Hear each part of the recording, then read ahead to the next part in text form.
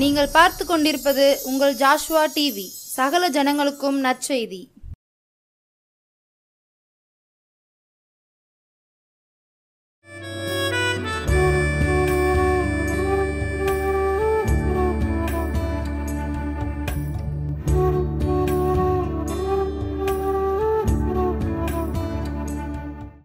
ஆண்டவரும் இரட்சகருமாய் இயேசுவின் நாமத்தினாலே ஜாஸ்வா டிவியினர் அனைவருக்கும் அன்பின் சமாதான வாழ்த்துக்களை தெரிவித்துக் கொள்கிறேன்.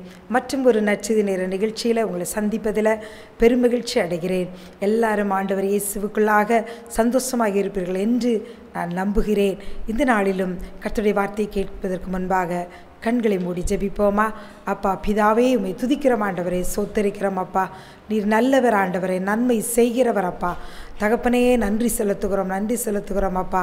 ஆண்டவரே, இந்த நாளிலும் ஆசையோடு வாஞ்சையோடு நீ என்ன பேசுகிறேன்னு கேட்கிற பிள்ளைகளுக்கு நீர் ஆலோசனை சொல்ல முடியாது கடந்து வருவீராக. பரிசுத்த ஆவியானவர் வருவீராக. ஒவ்வொரு இருதயத்தையும் நீர் நிரப்புவீராக. வழி நடத்தும் இயேசுவின் மூலம் ஜெபிக்கிறோம் நல்ல பிதாவே, ஆமீன் ஆமீன். இந்த நாளிலும் கர்த்தரோடு பேசும்படியாக கொடுத்த தலைப்பு வார்த்தையினால் சமாதானம்.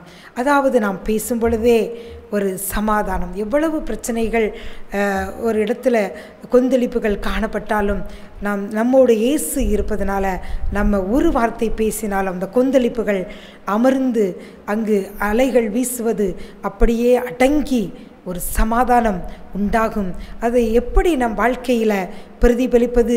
நம்முடைய வாழ்க்கையில் கஷ்டமான சூழ்நிலைகள், கொந்தளிப்புகள், போராட்டங்கள், நமக்கு விரோதமாக குற்றச்சாட்டுக்கள், நமக்கு நம்மேல் பழி சாட்டுதல் காரியங்கள் நாம் எதிர்கொள்ளும் பொழுது நாம் எவ்வாறு நாம் நடந்து கொள்ள வேண்டும், அந்த சூழ்நிலைகள் நம் வார்த்தைகளை எப்படி பிரயோகப்படுத்த வேண்டும் என்று சொல்லிக்கூட வேதம் நமக்கு அநேக காரியங்களை கற்றுக் கொடுக்கிறது.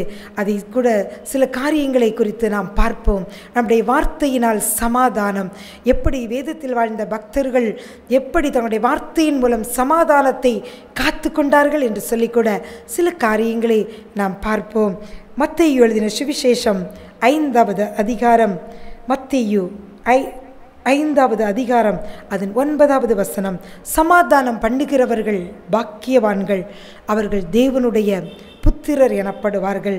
சமாதானம் பண்ணுகிறவர்கள் பாக்கியவான்கள் என்று வசனம் குறிப்பிட்டுள்ளது.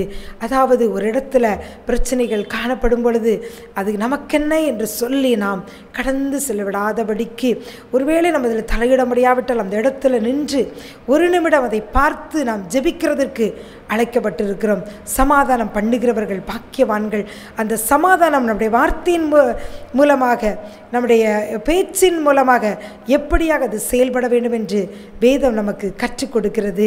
சில காரியங்களை கொடுத்து நாம் பார்ப்போம். 1 சாமுவேல் 24வது அதிகாரம் வசனம் 7. 1 சாமுவேல் 24 வசனம் 7. தன் மனுஷரை சவுலின் மேல் எழும்ப ஒட்டாமல் இவ்வார்த்தைகளினால் அவர்களை தடை பண்ணினான். அப்படி என்று போடப்பட்டுள்ளது. யார் அப்படி தடை பண்ணினது? தாவீது சவுலுக்கு பயந்து ஓடுகிறான். என்கேதியின் வனாந்தரத்தில் அங்கு தாவீது இருக்கிறான் என்று சவுல் கேள்விப்பட்ட பொழுது அவன் ஒரு கெபியிலே அங்கு இருக்கிறான். அப்பொழுது அங்கு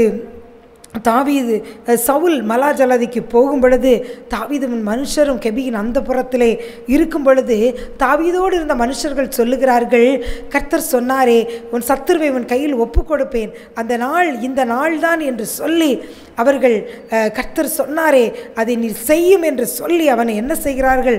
அப்படியாக அவனை தூண்டி விடுகிறார்கள். அப்பொழுது தாவீது எழுந்திருந்து போய் என்ன செய்கிறான்? வசனம் 4. 1 சாமுவேல் 24 வசனம் 4 பின்பகுதி. தாவீது எழுந்திருந்து போய் சவுலுடைய சால்வையின் தொங்கலை என்ன செய்தாரா? மெல்ல அறுத்து கொண்டார். அந்த வசனம் 5. சால்வையின் தொங்கலை அடுத்ததுனாலே மனசு என்ன செய்தான்? அடித்து கொண்டு இருந்தது. வசனம் 6.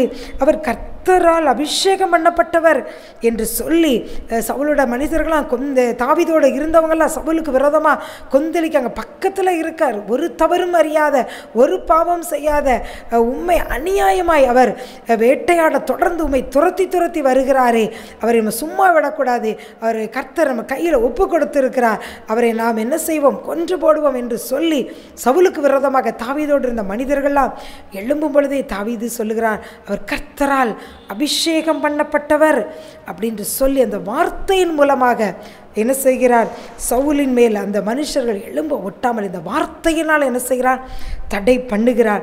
அது நிமித்தம் அங்கு ஒரு யுத்தம் நடந்து சவுல் அழிக்கப்படாதபடிக்கு தாவீது தன்னுடைய வார்த்தையினால் அந்த இடத்துல ஒரு சமாதானத்தை என்ன செய்கிறார், உண்டு பண்ணுகிறார். பின்பதாக அங்கு நம்ம பார்த்தோமானால் கர்த்தர் நீர் ஏன் இப்படி என்னை தொடர்ந்து வருகிறீர் என்று சொல்லி தாவீது கேட்டு சொல்லுகிறார், கர்த்தர் எனக்கும் உனக்கும் நடுநின்று நியாயம் விசாரித்து வசனம் 12 என் காரியத்தில் நீதியை சரி கட்டுவாராக என்று சொல்லி கர்த்தரை என்ன செய்கிறார், நியாயாதிபதியாக முன்னிறுத்துகிறார்.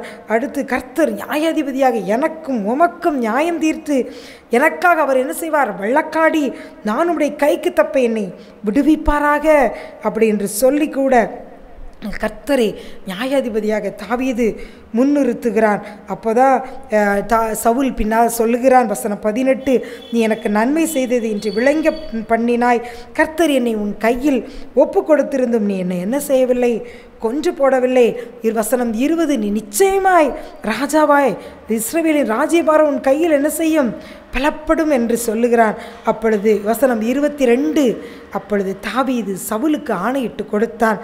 பின்பு சவுல் தன் வீட்டுக்கு புறப்பட்டு போனான் அப்படின்னு சொல்லி இந்த அதிகாரத்தில் சம்பவங்கள் எழுதப்பட்டுள்ளது.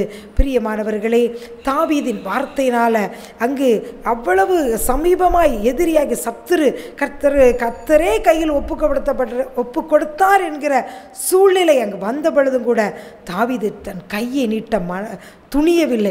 அந்த சால்வையின் தொங்கலை அடித்ததே அவன் மனதுக்கு என்ன செய்தான், அடித்து கொண்டு இருந்தது. அவனுடைய கூட இருந்த மனிதர்கள் கொந்தளித்து எழும்பிய பொழுது வார்த்தையினால் தடை பண்ணுகிறான்.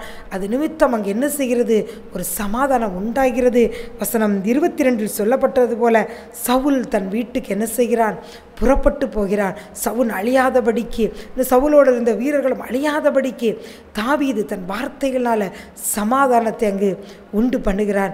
பிரியமானவர்களே, உங்கள் வாழ்க்கையிலும் இப்படிப்பட்ட ஒரு இக்கட்டான சூழ்நிலையில் நீங்கள் கடந்து செல்லலாம். உண்மையாகவே உங்கள் பக்கத்தில் நியாயம் இருந்து நீங்கள் நசுக்கப்பட்டு ஒடுக்கப்பட்டு நீங்கள் கொண்டிருக்கலாம். எதிரி உங்கள் கையில் ஒப்புக்கொடுக்கப்பட்ட பொழுதும் நீங்கள் அவர்களுக்கு விரோதமாக எழும்பி அவர்களை மாம்சீகத்தில் அவர்களையும் உடைமைகளையும் அழித்து, இல்லை என்னை காயப்படுத்தினார்கள், என் பதிலுக்கு எப்படியாகிலும் செய்வேன் என்று சொல்லி அநேக உபாயத்தந்திரங்களை உங்களோடு இருந்தவர்கள் சொல்வதை கேட்டுக்கொண்டு நீங்கள் செய்யக்கூடாது என்று சொல்லி ஆண்டவர் இன்று உங்களுக்கு ஆலோசனை சொல்லுகிறார்.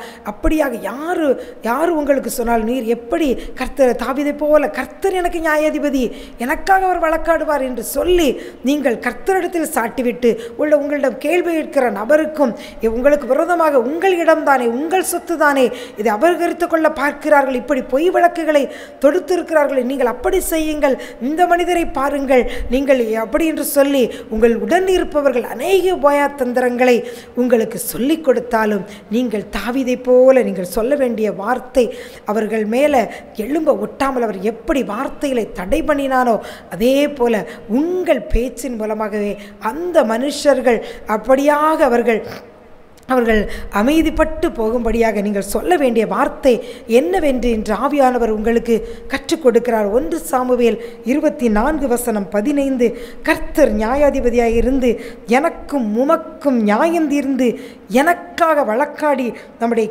நான் உம்முடைய கைக்கு தப்ப என்னை விடுவிப்பாராக என்றார். கர்த்தரை நியாயாதிபதியாக முன்னிறுத்தது போல நீங்களும் இந்த வார்த்தையை அறிக்கையிடுங்கள். ஒருவேளை உங்களை தூண்டிவிடுகிற மனிதர்களுக்கு முன்பாக நீங்கள் சொல்லுங்கள், கர்த்தர் நியாயாதிபதியாக இருந்து எனக்கும் என்னோடு போராடுகிற மனிதருக்கும் விரோதமாக வழக்காடி கைக்கு தப்புவிப்பார் அப்படி என்று சொல்லி நீங்கள் மறு உத்தர வார்த்தைகளை சொல்லும் பொழுது அவர்கள் நம்முடைய காரியம் நடக்கவில்லை, இவனை ஒன்று செய்ய முடியாது அப்படின்னு சொல்லி அவர்கள் என்ன செய்வார்கள்?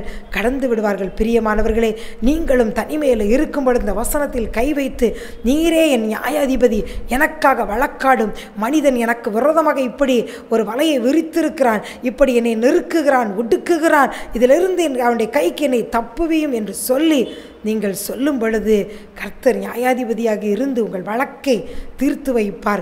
உங்கள் வாழ்க்கையில் நீங்கள் மென்மேலும் உயர்விகள். எதிரி அப்படியே தாழ்த்தப்பட்டு போவான்.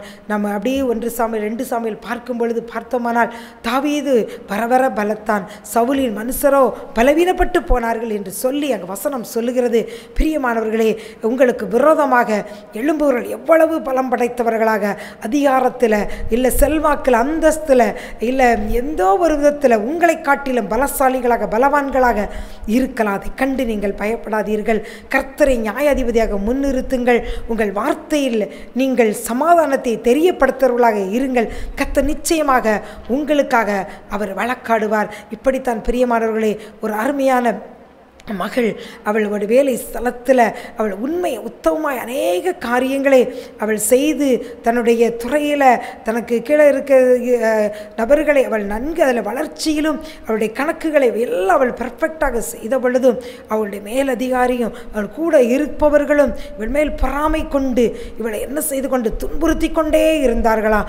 இவளை வேறு இடத்திற்கு பணிமாற்றம் செய்திருக்கிறாள். அங்கு இவள் சென்ற பிறகும் இவள் அங்கு இருக்கிறவர்களுக்கு சொல்லிக் கொடுத்து அந்த மகளை பலவிதமாக டார்ச்சர் பண்ணி கொண்டே இருந்தார்களா. ஒரு கூட்டமாக இணைந்து இதை கண்டு இந்த மகள் கலங்கவே இல்லை. அவர்களோடு அவர்கள் எதிராக அவள் நேருக்கு நேர் பேசிய பொழுதும் இவள் அவளோட சமாதானமாகவே பேசினாளாம். கர்த்தரிடத்தில் காரியத்தை முறையிட்டு கொண்டே இருந்தாளாம். ஒரு வேளை வந்தது, கர்த்தர் அவளை கைக்கு தப்புவித்து ஒரு அந்த எந்த இடத்தில் அவள் தாழ்த்தப்பட்ட போனாலோ அதே இடத்துக்கு கர்த்தர் அவளை கொண்டு வந்து இவர்களுக்கு மேலாக அவளை உயர்த்தி ஆண்டவர் வைத்த பொழுதும் இவள் அவர்களோடு சமாதானமாக ஐக்கியமாக இந்த மகள் காணப்பட்டாளாம்.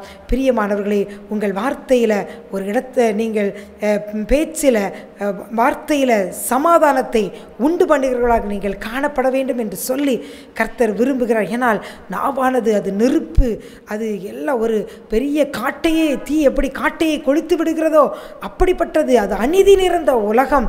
அதை ஒருவன் நாவை அடக்காவிட்டால் ஒன்று செய்ய முடியாது என்று வசனம் சொல்லுகிறது.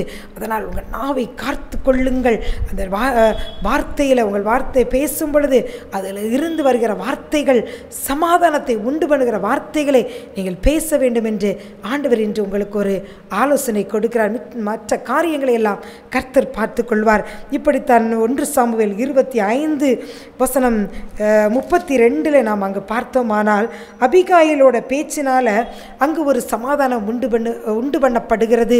அபிகாயிலின் கணவன் நாபால் அவன் ஒரு பேலியாளின் மகனாக இருக்கிறான். அவனுடைய எல்லா உடைமைகளையும் தாவீது அந்த மலைகளில் இருக்கும் பொழுது காப்பாற்றுகிறான். ஒரு வேளை வரும் பொழுது அவன் அப்பங்களை கேட்கும் பொழுது தாவீதுக்கும் அவன் யார், அவனுக்கு ஏன் நான் கொடுக்க வேண்டும் என்று சொல்லி அவன் உதவி தேடி சென்ற வேலைக்காரர்களை துரத்தி விடுகிறான். அது நிமித்தம் கோபம் கொண்டு தாவீது அவனை கொல்ல வேண்டும் என்று வரும் பொழுது அந்த செய்தியை வேலைக்காரன் மூலமாக தெரிந்து கொண்ட அபிகாயில் அவள் என்ன செய்கிறாள்? தீவிரமாக எழுந்து 200 அப்பங்கள் 2 துருத்தி திராட்சரசம் 5 ஆடு வைத்த பயிர் எல்லாம் கொண்டு அவள் செல்கிறாள். வசனம் 23 1 சாமுவேல் 25 வசனம் 23 அபிகாயில் தாவீதை காண்கையில் தீவிரமாய் கழுதையை விட்டு இறங்கி தாவீதுக்கு நேராக தரையில் முகங்குப்புற விழுந்து என்ன செய்கிறாளாம்? பணிந்து அங்கு பேசுகிறாள். அவள் என்ன சொல்லுகிறாள்?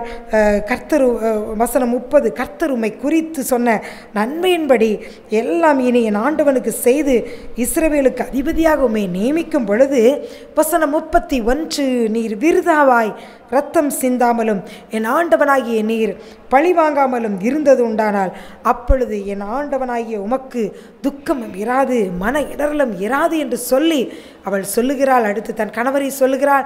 அவள் நாபால் பெயருக்கேத்தவள் பைத்தியமாயக்காரனாக இருக்கிறான், எனக்கு நீர் சொன்னது முன்பே தெரிந்திருந்தால் நமக்கு எல்லாம் செய்திருப்பேன். இப்பொழுதும் இந்த காணிக்கையெல்லாம் ஏற்றுக்கொள்ளும். நீர் ஒரு நாள் இஸ்ரவேல் மேல் ராஜாவாக நியமிக்கப்படுவீர். நீர் விருதாவாக ஏன் இரத்தம் சிந்த வேண்டும் என்று சொல்லி அவள் பேசின பேச்சு அங்கு தாவீது அந்த நாபாலை உண்டான எல்லாம் அழிக்க வேண்டும் என்ற எண்ணத்தை அப்படியே மாற்றுகிறது. அபிகாயிலின் பேச்சு நிமித்தம் அங்கு ஒரு சமாதானம் உண்டாகிறது. அதற்கு தான் பதிலாக மறுமொழியாக அங்கு தாவீது சொல்லுகிறார். 1 சாமுவேல் 25:32. அப்பொழுது தாவீது அபிகாயிலை நோக்கி, உன்னை இன்றைய தினம் என்னை சந்திக்க அனுப்பின இஸ்ரவேலின் தேவனாகிய கர்த்தருக்கு சோத்திரம் அப்படின்னு சொல்லி, நீ சொல்லிய யோசனை ஆசீர்வதிக்கப்படுவதாக. நான் இரத்தம் சிந்த வராதபடிக்கும் என் கையே பழிவாங்காதபடிக்கும் நீ இன்றைய தினம் எனக்கு தடை பண்ணினபடினால். எப்படி தடை பண்ணினாள்? அவளுடைய பேச்சு நிமித்தமாக, அவளுடைய வார்த்தை நிமித்தமாக. அவளுடைய பேச்சு, அன்பான பேச்சு, அவளுடைய பணிந்து வணங்கி இந்த காரியங்களை எல்லாம் அவள் முறையாக சொன்னதினால அங்கு ஒரு யுத்தம் நடைபெறுவது என்ன செய்கிறது? தடுக்கப்படுகிறது. நாபாலுக்கு உண்டானதெல்லாம் அழிக்கப்படுவதே அவருடைய பேச்சின் நிமித்தமாக, அவருடைய வார்த்தையினால் ஒரு சமாதானம் உண்டு பண்ணப்படுகிறது. அதனால் அபிகாயிலை பார்த்து அங்கே தாவீது சொல்லுகிறார், நீயும் ஆசீர்வதிக்கப்படுவாயாக அப்படி என்று சொல்லி, உனக்கு பொல்லாப்பு செய்ய எனக்கு இடம் கொடாதிருக்கிற இஸ்ரவேலின் தேவனாகிய கர்த்தரை ஜீவனை கொண்டு சொல்லுகிறேன், நீ சமாதானத்தோடே போ என்று சொல்லி அந்த அபிகாயிலை என்ன செய்கிறார்? அனுப்பி விடுகிறார் அங்கு தாவீது. பிரியமானவர்களே, உங்கள் வாழ்க்கையிலும் இப்படியாக உங்கள் பிள்ளைகள் ஏதோ தவறு செய்த நிமித்தமாக, இல்லை உங்கள் கணவர் ஏதோ பேசக்கூடாத இடத்துல பேசுது நிமித்தமாக, இல்லை உங்கள் மனைவி ஏதோ அவர் பேசிய ஒரு வார்த்தை நிமித்தமாக இப்படி ஏதோ ஒரு பகை, விரோதம் எழும்பினது உண்டானால், நீங்கள் அந்த எந்த மனுஷர் அதன் மூலம் பாதிக்கப்பட்டு யார் உங்களுக்கு விரோதமாக கொந்தளிக்கிறார்களோ அந்த மனிதரை சந்தித்து இப்படியாக நீங்கள் காரியங்களை சொல்லி நீங்கள் சமாதானத்தோடு பேச வேண்டும் என்று சொல்லி ஆவியானவர் கற்றுக் கொடுக்கிறார். நாம் இறங்கி அவள் எல்லாவற்றையும் எடுத்துக்கொண்டு அவள் என்ன செய்கிறாள்? தீவிரமாய் போய் பணிந்து வணங்கி காரியங்களை அவள் என்ன செய்கிறாள்? அமைதியாய் மெல்ல மெல்ல ஒவ்வொன்றாய் என்ன செய்கிறாள்? அவள் அப்படி முறையாக வரிசையாக அவள் பேசுகிறாள். இந்த பேச்சு தாவீதின் இருதயத்தை மாற்றி விடுகிறது. பிரியமானவர்களே, அப்படியாக நீங்களும் அப்படி இருப்பவர்கள் பாதிக்கப்பட்டது நிமித்தமாக அவர்கள் உங்களை அழித்து விட வேண்டும், இல்லை ஏதாவது விரோதமாக செய்துவிட வேண்டும் என்று எழும்பி இருந்தாலும் நீங்கள் ஜெபித்துவிட்டு, ஆண்டவரிடம் ஜெபித்துவிட்டு நீங்களும் போய் உங்களை தாழ்த்தி அப்படி காரியங்களை நீங்கள் இப்படி நடந்தது என்று சொல்லி நீங்கள் அதை தாழ்மையோடு சொல்லும் பொழுது தேவன் அந்த இடத்துல இருக்க பகையை அது மூடி அவர் அந்த இடத்துல சமாதானத்தை உண்டு பண்ணுகிறார். அன்பு சகல பாவங்களையும் மூடும். அந்த இடத்துல எல்லா பகையும் என்ன செய்யும்? மறைந்து போகும். நீங்கள் அன்பாய் உங்களை தாழ்த்தி நடந்து கொள்ளும் பொழுது உங்களுக்கு விரோதமாக எந்த காரியங்கள் எழும்பி இருந்தாலும் அதை மாறி உங்கள் வார்த்தை நிமித்தமாக அந்த இடத்துல ஒரு சமாதானம் உண்டாகும் என்று ஆண்டவர் சொல்லுகிறார். இப்படியாக நம்முடைய பேச்சு அநேக இடங்களில் பிரச்சனை உண்டாகாதபடிக்கு நாம் சமாதானம் பண்ணுகிறவர்களாக நாம் காணப்பட வேண்டும் என்று சொல்லி ஆண்டவர் சொல்லுகிறார். பிரியமானவர்களே, நீங்கள் குடும்பத்தினர்களாக இருக்கலாம், தலைவராக இருக்கலாம், பிள்ளைகளாக, மகனாக, எந்த இடத்துல இருந்தாலும் உங்கள் வார்த்தையில் மிகவும் கவனம் தேவை. வார்த்தையில் கவனமுள்ளவர்களாக இருங்கள். நீங்கள் கேட்கிறதுக்கு தீவிரமாகும், பேசுகிறதற்கு நீங்கள் தாமதிக்கிறவர்கள், கோபிக்கிறதுக்கு தாமதிக்கிறவர்களாகவும் நீங்கள் காணப்பட வேண்டும் என்று சொல்லி வசனம் சொல்லுகிறது. நீங்கள் அமைதியாக இருந்து மற்றவர்கள் என்ன பேசுகிறாள் கேட்டு, வசனம் நீதிமொழிகள் சொல்லுகிறதே, ஒரு காரியத்தை கேட்கும் முன்பதாக நீ என்ன செய்யாதே, அவசரப்பட்டு மாறுத்திரம் நீ சொல்லாதேன்னு சொல்லுகிறது. நீ அநேக இடங்களில் பிரச்சனை எழுதுறதுக்கு காரணமே இதுதான். குடும்பங்களில் கணவனோ மனைவியோ ஒரு காரியத்தை சொல்வதை அறகுறையாக கேட்டுவிட்டு அப்படியல்ல இப்படியல்ல என்று சொல்வதனாலே வீண் வாக்குவாதம் ஏற்பட்டு அங்கு சமாதான குலைச்சல்கள் ஏற்படுகிறது. அதனால் நம்முடைய எதிர் பேசுகிறவர்கள் என்ன பேசுகிறார்கள் என்பதை கவனித்து கேட்டு, அது ஒருவேளை உங்களை பிரச்சனையை பேசுகிற தூண்டிவிட்டாலும் கர்த்தருக்குள் உங்களை அடக்கி, உங்கள் நாவை அடக்கி, உங்கள் ஆவியை அடக்கி அமர பண்ணி நீங்கள் சாந்தமாக பேச வேண்டும் என்று சொல்லி ஆண்டவர் சொல்லுகிறார். நீங்கள் ஆண்டவருடைய பிள்ளைகள் அல்லவா? அன்பான பிள்ளைகளே, நீங்கள் எந்த இடத்துல இருந்தாலும் உங்கள் பேச்சில் ஒரு சமாதானம், உங்கள் பேச்சில் ஆசீர்வாதம், உங்கள் பேச்சில் ஒரு நன்மை, மற்றவர்களை ஆறுதல் படுத்துகிற, மற்றவர்களை ஆசீர்வதிக்கிற வார்த்தைகள் தான் நீங்கள் பேச வேண்டும் என்று சொல்லி ஆண்டவர் விரும்புகிறார். ஆண்டவர் வார்த்தைக்கு கீழ்ப்படுவீர்களா? அப்படியே நாம் ஜெபிப்போமா? அப்பா பிதாவே, உம்மை துதிக்கிறோம் ஆண்டவரே, சோத்தரிக்கிறோம். நீர் நல்லவரும் நன்மை செய்கிறவருமாய் இருக்கிறீரப்பா. ஆண்டவரே, வார்த்தையினால் சமாதானத்தை உண்டு பண்ணுகிற தேவன், சமாதான பிரபு என்று கடந்து வருவீராக. என்னுடைய சமாதானத்தை உங்கள் வைத்து போகிறேன் என்று சொன்னீரே ஆண்டவரே. ஒவ்வொருவர்களும் உங்கள் சமாதானத்தை வைங்கப்பா. அநேகர் என்னுடைய நாவை கட்டுப்படுத்த முடியவில்லையே, நான் எப்படியெல்லாமோ தீமையான வார்த்தைகளை பேசி பிரச்சனை உண்டு பண்ணுகிற காரணமாக இருக்கிறேன் என்று சொல்லி அநேகர் புலம்புகிறார்கள். நாவெல்லாம் இயேசுவின் நாமத்தில் கட்டுக்குள் வருவதாக. அவர் நாவிலிருந்து கிரியை செய்கிற தீய ஆவிகளை கொளுத்துகிற ஆண்டவரே, நரக அக்கினி போன்ற அந்த கிரியைகளை சுட்டரித்து ஜெபிக்கிற இயேசுவின் நாமத்தினாலே அபிஷேகத்தின் வல்லமை ஒவ்வொருவர்களும் கடந்து செல்லட்டும். ஆவியானவர் ஆண்டவரை கடந்து வருவீராக, ஒவ்வொருவரையும் நிரப்புவீராக, உம்முடைய அக்கினால் நிரப்புவீராக. உம்முடைய பிள்ளைகள் ஆண்டவரே வார்த்தைகள் எல்லாம் உம்மை பிரதிபலிக்கட்டும். ஆண்டவருடைய இருதயமெல்லாம் வசனமெல்லாம் நிரப்பட்டும் ஆண்டவரே. இப்பொழுதே ஆண்டவரே ஒவ்வொருவர் மேல் உம்முடைய கரம் அமரட்டும். ஒவ்வொருவரையும் இயேசுவின் நாமத்தினால் ஆசீர்வதித்து ஜெபிக்கிறேன். ஜெபம் கேளும் நல்ல பிதாவே. ஆமீன், ஆமீன்.